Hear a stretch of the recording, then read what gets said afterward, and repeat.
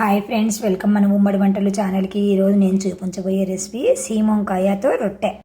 మేమైతే దీన్ని సీమంకాయ అంటాము, మీరేమంటారో నాకు తెలియదు. ఒక్కొక్క ప్రాంతంలో ఒక్కొక్క పేరు పిలుస్తారు కదా. దీన్ని చెక్కు తీసుకోవాలి పీలర్తో. ఇలా మనం చెక్కు తీసుకుని దాన్ని తురుముకోవాలి, సన్నగా తురుముకోవాలి. దీన్ని తురుముకున్న తురుమును ఒక బౌల్లో వేసుకోవాలి. ఈ తురుములోనే సన్నగా తరిగిన ఉల్లిపాయలు వేసుకోవాలి, సన్నగా తరుముకున్న కొత్తిమీర వేసుకోవాలి. పచ్చిమిర్చి ముక్కలను మిక్సీ జార్లో వేసుకొని ఇందులోనే వేరుశనగపప్పు, తగినంత ఉప్పు వేసుకొని కొంచెం పలుకులుగా ఉన్నట్లుగా మిక్సీ పట్టుకోవాలి. ఇలా మిక్సీ పట్టుకున్న ఈ పేస్టును కూడా ఈ తురుములోనే వేసుకోవాలి. కొంచెం పచ్చిశనగపప్పు, కొంచెం జీలకర్ర, కొద్దిగా వాము, నూగులు మనం ఎన్ని కావాలన్నా వేసుకోవచ్చు అండి, మన ఇష్టం. అది వేసుకుంటే చాలా టేస్టీగా ఉంటాయి. విటమిన్స్ కూడా మన బాడీకి అందుతాయి. వీటన్నింటిని బాగా కలిసేటట్టు కలుపుకోవాలి. ఈ కాయలో నీరు ఉంటుంది కదా, సీమంకాయలో వేసుకున్నప్పుడు వాటర్ చూసి వేసుకోవాలి.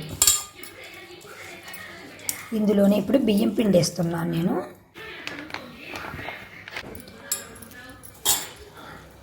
మనకు ఈ చెమ్మకు తగినట్లుగా మనకు ఎంత పడుతుందో అంత చూసుకొని వేసుకోవాలండి. ఈ విధంగా ముద్ద అయ్యేటట్టు బాగా కలుపుకున్న తర్వాత మనకు రొట్టెకు తగినట్లుగా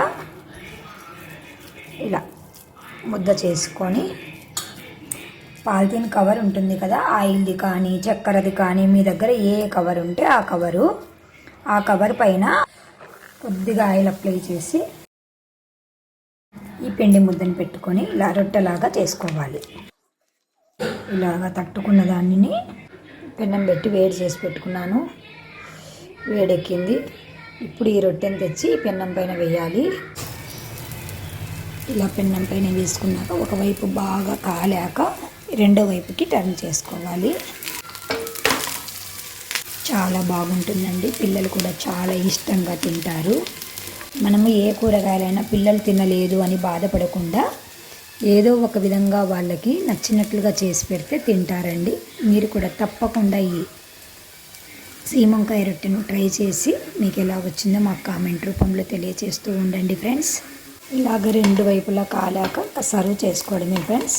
ఎంతో ఈజీగా ఎంతో విటమిన్స్ ఉన్న సీమంకాయ రొట్టెను రెడీ చేసుకున్నాం ఫ్రెండ్స్. చాలా టేస్ట్ ఉంటుంది ఫ్రెండ్స్.